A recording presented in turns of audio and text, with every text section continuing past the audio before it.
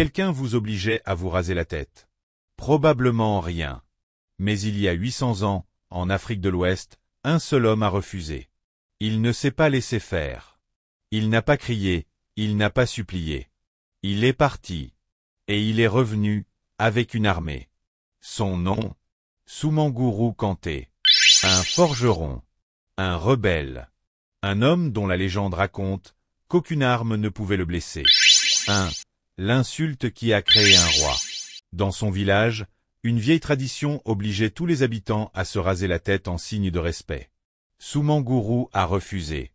Pas par fierté. Par principe. Il déclara « Aucun homme ne touchera ma tête. Je suis libre. » On voulut le punir.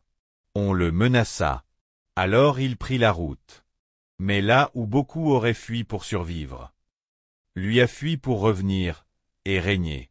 Il s'allie à d'autres forgerons, rassemble des guerriers nomades, recrute parmi les esclaves en fuite, donne des armes aux opprimés. Et en quelques années, un homme seul devient le chef d'une armée. 2. Le roi invincible. Il prend une ville. Puis 2. Puis 10. Il bâtit un royaume, Soso. Un royaume craint par tous. Les griots racontent que Soumanguru possédait un pouvoir surnaturel. Ses flèches pouvaient traverser des armures. Ses ennemis mouraient sans qu'il ne lève la main. Il apparaissait et disparaissait comme une ombre. 3. Son règne de peur.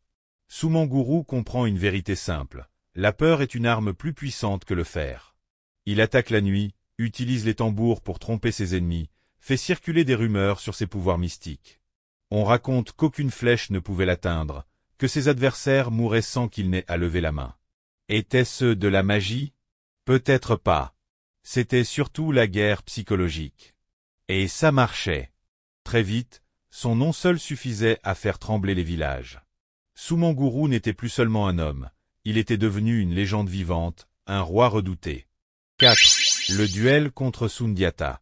Mais sa montée en puissance finit par attirer un autre destin. Soundiata Keïta, le futur fondateur de l'Empire du Mali. Deux visions s'affrontent. Soumanguru règne par la peur et la terreur. Soundiata rêve d'un empire d'alliance et d'unité. Leur confrontation culmine en 1235, à la bataille de Kirina.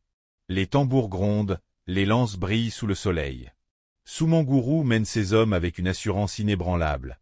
Il est persuadé qu'aucune arme ne peut le tuer.